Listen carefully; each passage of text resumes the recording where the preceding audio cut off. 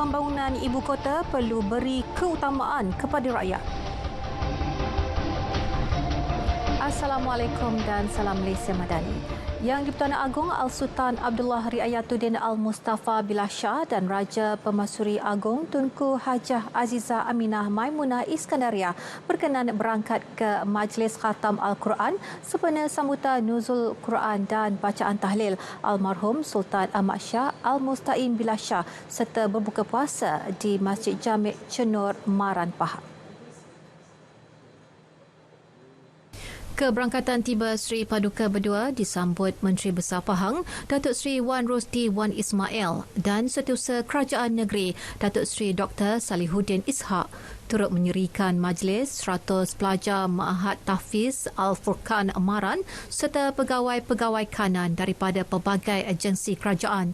Majlis dimulakan dengan bacaan khatam Al-Quran, Yasin dan Tahlil dipimpin oleh Johan Hari Kebangsaan 2003 Dato' Ahmad Faizul Ghazali, sementara bacaan doa tahlil pula dipimpin oleh Mufti Negeri Pahang Datuk Seri Abdul Rahman Osman. Al-Sultan Abdullah turut berkenan mengurniakan sumbangan kepada golongan memerlukan.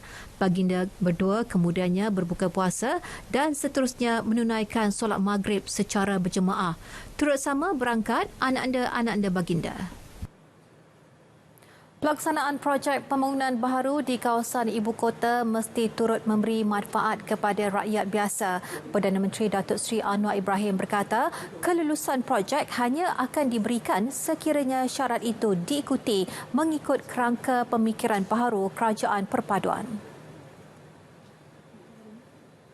Ia bagi memastikan rakyat biasa turut dapat menikmati sebarang pembangunan yang dilaksana di kawasan bandar. Ujarnya sejak mengambil alih pentadbiran kerajaan, beliau sudah banyak membekukan projek-projek baharu yang hanya menguntungkan pihak-pihak tertentu sahaja. Kalau tidak sampai bila kerajaan tak mampu nak belanja keseluruhan dia untuk rakyat berpendapatan rendah, rumah-rumah. Jadi kalau kita luluskan satu tapak, dia ada 10 ekar, dia dapat 7 ekar untuk projek harga tinggi, satu flat 3, 5, 10 juta itu dia buat. Kita jangan halang. Tetapi syaratkan supaya ada projek bagi faedah rakyat biasa. Kalau tidak, orang miskin tak boleh duduk di Kuala Lumpur. Kalau tak ada perubahan dadak begini, orang miskin kena balik corot ukun. Beliau berkata demikian dalam ucapan pada program Nur Ramadan peringkat Wilayah Persekutuan Kuala Lumpur di Masjid Al-Rahah, Kampung Kerinci. Seramai 300 asnaf dan fakir miskin Parlimen Lembah Pantai menerima sumbangan wang tunai berjumlah RM200. Peruntukan tambahan berjumlah RM35 juta disalur bertujuan bagi memperkasa komuniti projek perumahan rakyat PPR di Selangor dan Kuala Lumpur. Perdana Menteri berkata 50,000 penduduk PPR akan menerima manfaat melibatkan 12 perumahan dikenal pasti bermasalah dan tenat. Pelaksanaannya menerusi program Kita Untuk Kita K2K. Saya dah lulus peruntukan untuk lift. Ini kalau di flat ni, lift ni naik tingkat 10, kena jalan kaki sebab lift rosak selalu. Dan nak baiki dia ada proses-proses yang panjang. Jadi saya minta dipercepatkan dan diluluskan. Dari perkiraan Kementerian Kewangan, kalau peruntukan ni dapat diluluskan segera, dia akan memberi manfaat kepada tidak kurang daripada 50,000 orang yang terlibat dari PPR di Lembah Kelang, Selangor dan Kuala Lumpur. Sebahagian peruntukan akan diguna pakai bagi membantu memasarkan produk perniagaan yang dihasilkan penduduk. Sementara itu, Think City menyasarkan 10 PPR dapat dipertingkat untuk fasa 1. Pengarusannya Hamdan Abdul Majid berkata pelaksanaan K2K akan diperluas ke PPR yang lain. So 10 PPR ini akan jadi satu boleh dikatakan kumpulan induk dan di mana dia akan jalankan dalam 18 bulan dan hasilnya kemudian akan dikaji dan kita akan menentukan bagaimana program ini akan dikembangkan lagi kepada PPR lain. Menerusi program K2K, pihaknya berperanan meningkatkan daya huni perumahan awam di samping menjadikan bandar selamat dan sihat untuk didiami. Pewartaan Pelan Struktur Kuala Lumpur 2040 PSKL 2040 ditangguhkan sehingga 31 Mei. Perdana Menteri menerusi kenyataan menyebut pelanjutan beri ruang kepada DBKL melengkapkan sesi libat urus bersama pihak berkepentingan selain mendapatkan maklum balas mengenai pewartaannya. Keputusan tersebut dibuat selepas mempengerusikan sesi pembentangan draft PSKL 2040 oleh Jabatan Wilayah Persekutuan dan DBKL semalam. Datuk Seri Anwar mengambil maklum proses penyediaan dokumen berkenaan telah dilaksana mengikut keperluan yang diperuntukkan dalam Akta Kurungan Perancangan Wilayah Persekutuan 1982 Kurungan Akta 267 dengan teratur. Penangguhan juga memberi peluang yang lebih luas kepada pihak berkepentingan lain menyatakan pandangan terhadap pelan pemajuan ibu negara. Kerajaan sedang memperhalusi alternatif bagi mendapatkan mesin pencetak pasport sebagai langkah mengatasi kesesakan di Jabatan Immigration. Menteri Dalam Negeri Datuk Seri Saifuddin Nasution memberitahu ia bakal dimuktamadkan segera. Kami juga akan menggantikan printer yang sekarang ni, printer cetak pasport tu kepada printer yang punya keupayaan lebih tinggi. Macam sekarang, mesin cetak pasport di pejabat pengeluar tu, dia satu hari boleh memproses tak sampai 500 di satu-satu pejabat pengeluar pasport.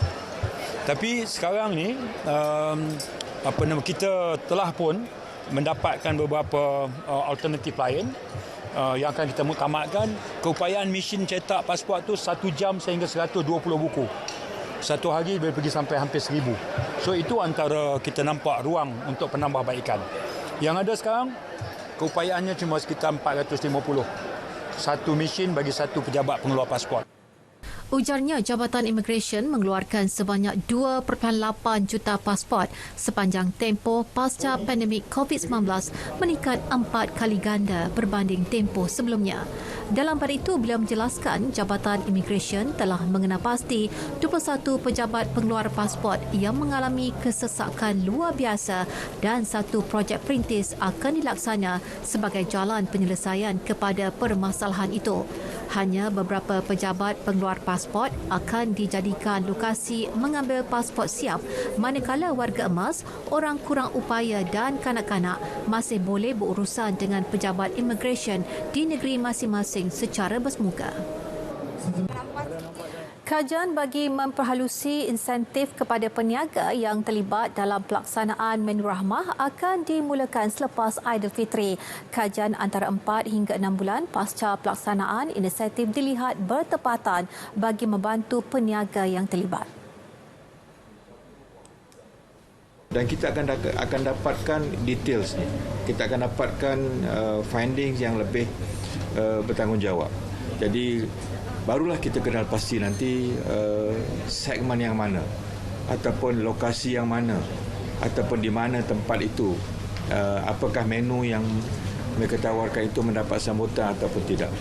Itu penting untuk kita kementerian mendapat fakta yang lebih bertanggungjawab tentang isu-isu yang dilaporkan oleh media. Setakat ini, lebih 15,000 premis menyahut kempen menu rahmah. Sementara itu, 20,000 usahawan B40 dan pelajar IPT disasar menyertai skim pendaftaran perniagaan prihatin SPPP sehingga hujung tahun ini. Setakat ini, pendaftaran percuma itu mencecah 66% iaitu 13,255 pendaftar.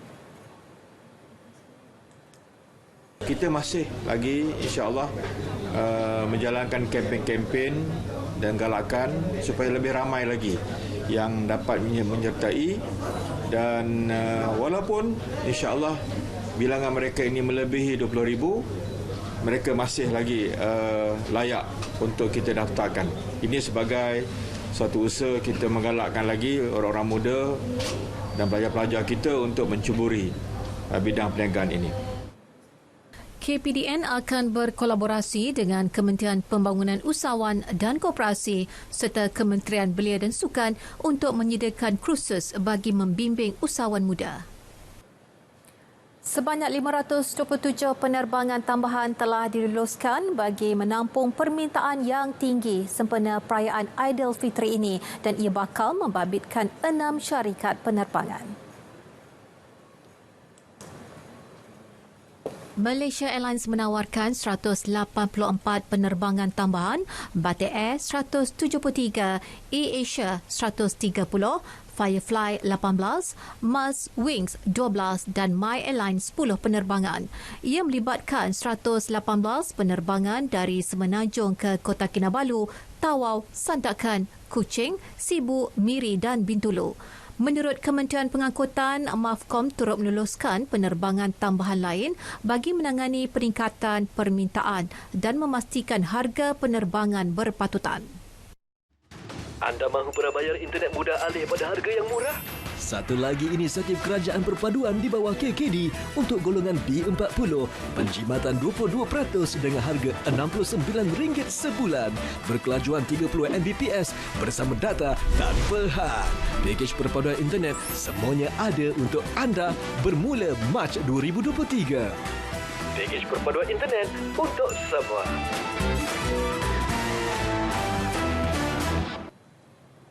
Bertemu kembali, pemerkasaan pendidikan, kefahaman dan fikrah Islam yang dipelopori alumni Universiti Al-Azhar Mesir begitu signifikan sebagai kubu pertahanan akidah umat Islam sejak berzaman. Perdana Menteri Datuk Seri Anwar Ibrahim berkata tradisi serta sumbangan besar Al-Azhar Sharif berjaya memartabatkan para ilmuwan Islam sekaligus diktiraf di peringkat global. Jelasnya, para ilmuwan Universiti Al-Azhar berupaya memperluas dakwah, mempertingkat kesedaran dan pengisian ilmu khususnya dalam kalangan masyarakat madani. Saya percaya dengan tradisi ilmu dan khazanah Azhar serta sumbangan besar bukan sahaja di Malaysia tapi pendidikan Islam, kefahaman Islam, kesedaran Islam, fikrah Islam yang dipelopori oleh alumni Azhar seluruh dunia dapat mempertahankan dengan disebut kubu pertahanan akidah dan mental umat sejak zaman dan seantero dunia. Berucap secara maya sempena Hari Al-Azhar sedunia malam tadi, beliau menzahirkan harapan agar perjumpaan itu membuahkan kejayaan sekaligus memertabatkan umat Islam hasil pemahaman manhaj Islam yang sebenar. Program sambutan itu diadakan sempena genap 1083 tahun penubuhan Universiti Al-Azhar dan sambutan Hari Al-Azhar sedunia di peringkat global. Alternatif menyelesaikan bebanan keuangan, penganalisis ekonomi Dr. Muhammad Afzal Nizam Abdul Rashid berkata, mereka yang berdepan masalah keuangan boleh menggunakan fasiliti simpanan akaun 2 FSA2 KWSP memandangkan kadar faedah yang lebih rendah ditawarkan pihak bank. So secured financing ni atau pembiayaan yang mempunyai sokongan ni kebiasaannya mempunyai risiko yang rendah. Jadi seharusnya pihak bank orang kata masih lagi menikmati margin keuntungan yang baik. Selain itu ada jangkaan yang mengatakan bahawa kadar OPR juga akan kekal stabil. Itu juga membantulah juga pihak bank dalam orang kata tu mengekalkan momentum margin keuntungan mereka. Jadi saya kira satu situasi yang menang-menang lah maksudnya. Beliau juga menekankan aspek literasi keuangan kepada pengguna agar memahami tujuan asal membuat pinjaman supaya mereka tidak terbeban kemudian hari. Lebih 200,000 veteran ATM termasuk yang tidak berpencen akan menerima bantuan khas Aidilfitri sebanyak RM350. Pembayaran bakal memberi manfaat kepada lebih 100,000 veteran berpencen dan kira-kira 79,000 veteran tidak berpencen. Timbalan Menteri Pertahanan Adli Zahari berkata pemberian berkenaan bukti keprihatinan kerajaan perpaduan kepada golongan veteran khususnya mereka yang tidak berpencen sekaligus mengurangkan beban keuangan membuat persiapan sempena Aidilfitri. Kementerian Pertahanan turut meraihkan anggota tentera yang bertugas di luar negara seperti di Lubnan sempena Aidilfitri menerusi pemberian sumbangan dan keperluan hari raya. Bayaran akan dikreditkan pada 17 April depan. Muhammad Ashraf Amir, 17 tahun dari Muar Johor, dinobatkan Johan Hafazan bagi kategori 1 hingga 10 juzuk Al-Quran pada Majlis Musabakah Menghafaz Al-Quran berserta pemahamannya peringkat negara anggota MABIMS tahun 2023 yang berlangsung di Brunei Darussalam semalam. Manakala Afifah Syakirah Muhammad Razi, 22 tahun, pelajar tahun 3 jurusan Bahasa Arab dari Universiti Melaya berjaya merangkul tempat ketiga bagi kategori 1 hingga 30 juzuk Al-Quran pada majlis yang sama. Bagi Muhammad Ashraf Amir, pelajar tingkatan 5 Sekolah Menengah Kebangsaan Agama Ma'had Muar Johor ini adalah kemenangan pertamanya di peringkat antarabangsa selepas 3 kali berturut-turut memenanginya di peringkat negeri dan kebangsaan. Anak bongsu dari 4 adik-beradik ini berkata pertandingan yang disertainya kali ini sedikit berbeza dengan pertandingan sebelumnya kerana perlu benar-benar memahami maksud serta tadabbur setiap ayat yang dibacakan. Daripada segi pertandingan tu tak banyak beza ni. Malaysia cuma di Brunei ni, kalau kita di Malaysia juzuk 130 tafsir, tapi kalau di sana dia lebih orang kata lebih mencabarlah. Mereka tanya tentang asbabun nuzul.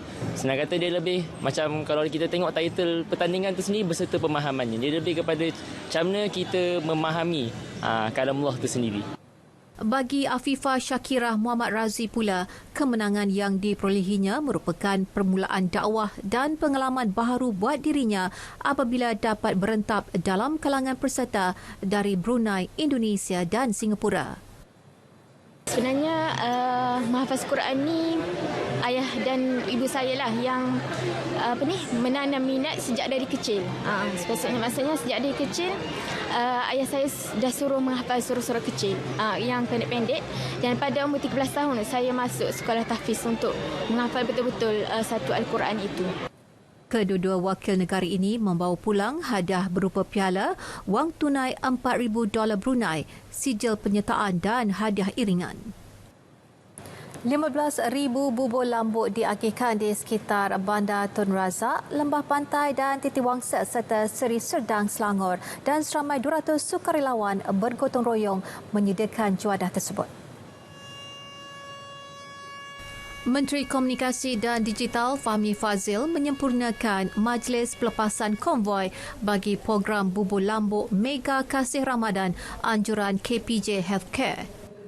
InsyaAllah usaha murni ini kami harap dapat menarik perhatian lebih ramai sahabat-sahabat untuk berkolaborasi dengan kami, sebab di KPJ ni kami punya tujuan adalah untuk mempromosi kesihatan dan also menjaga kesihatan dan menjaga kita sesama kita untuk menjadi lebih sihat dan prihatin terhadap masyarakat sekeliling.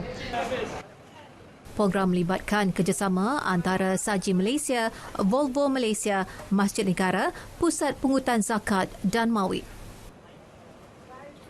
Sebanyak 400 pak bubur lambuk Maggi diagihkan Persatuan Pandu Puteri Malaysia Cawangan Perlis khusus buat petugas Barisan Harapan di Hospital Tuanku Fauzia. Inisiatif tersebut merupakan kerjasama antara Persatuan Pandu Puteri bersama Nestle Malaysia Berhad bagi menghargai pengorbanan mereka serta memberi keceriaan ketika berbuka puasa.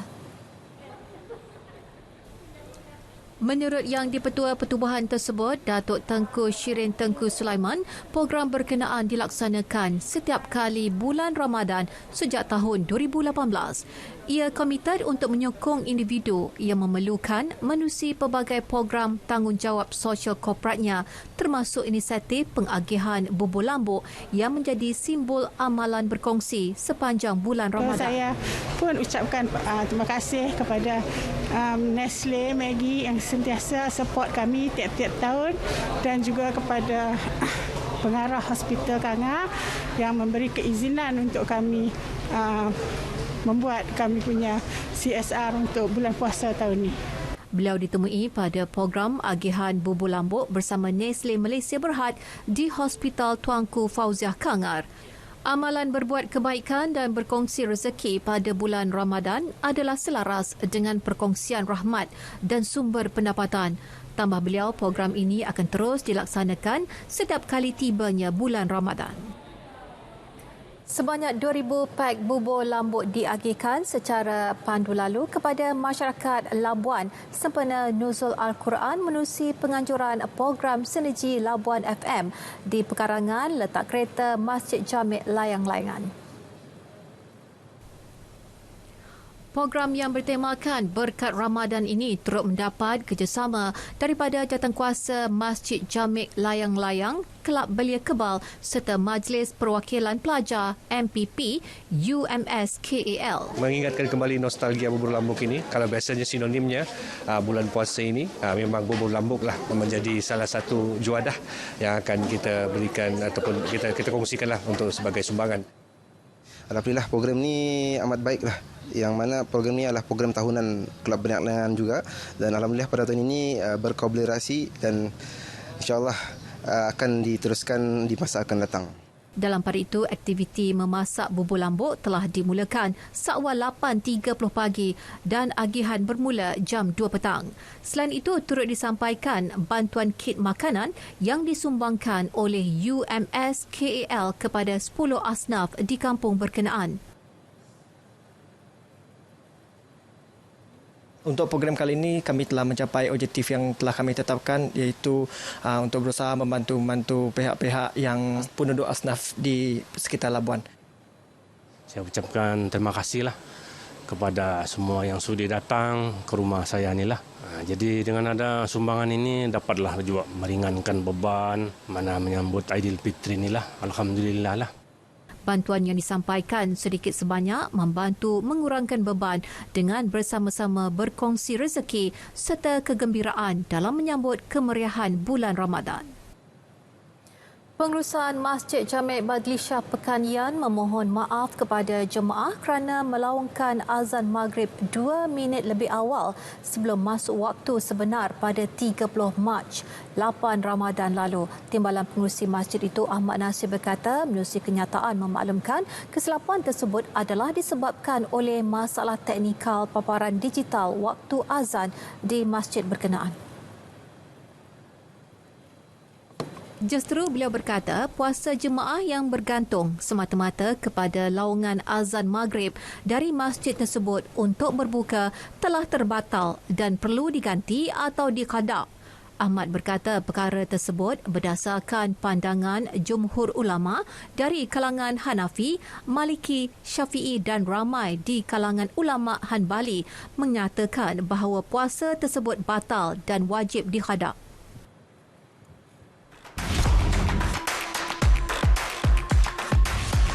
Saksikan saya, Aidina Hilda di H-Click 8 dan 9 April ini.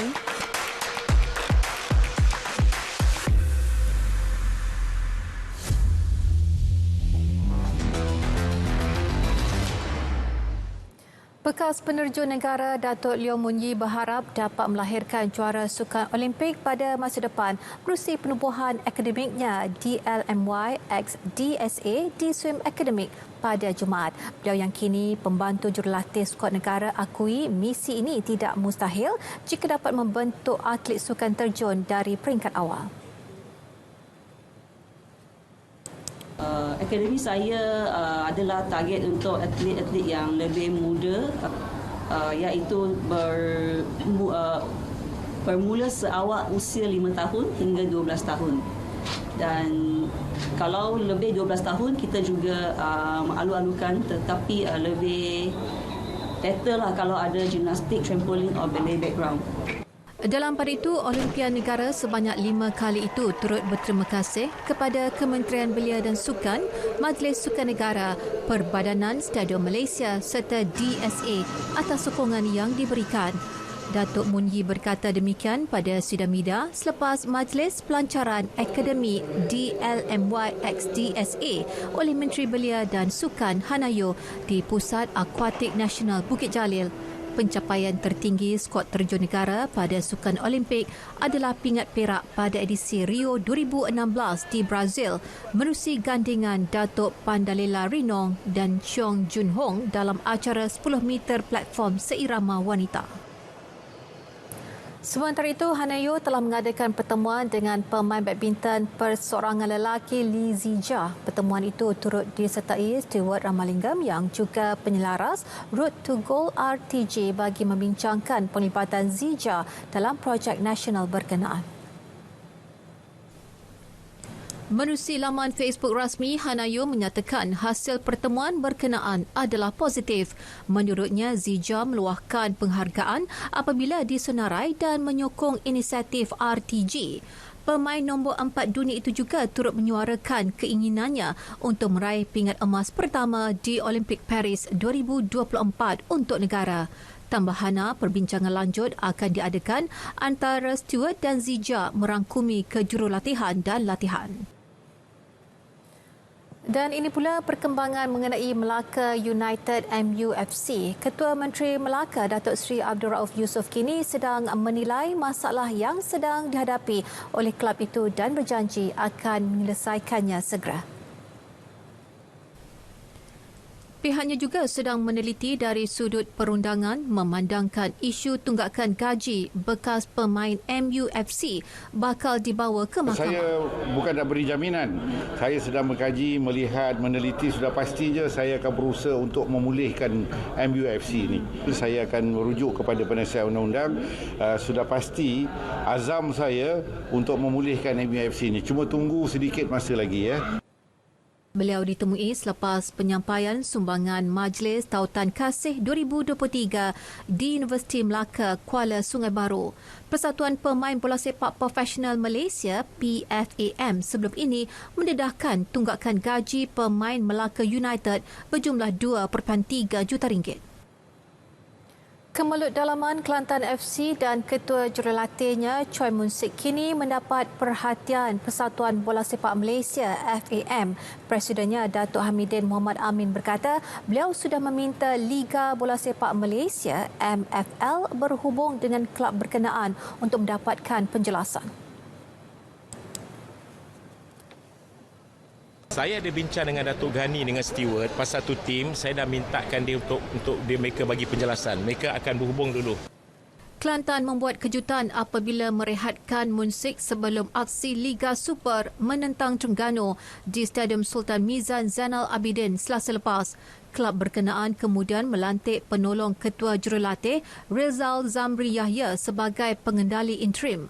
Pemiliknya Norizam Tukiman kemudian tampil mempertahankan keputusannya atas sebab prestasi pasukan.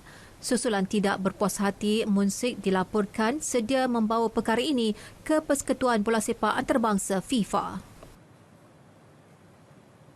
Baik, berita tengah malam berakhir di sini. Dapatkan perkembangan sahih sepanjang masa melalui portal berita rtm.gov.my yang sahih di RTM. Dengan itu, Assalamualaikum dan salam Malaysia Madani.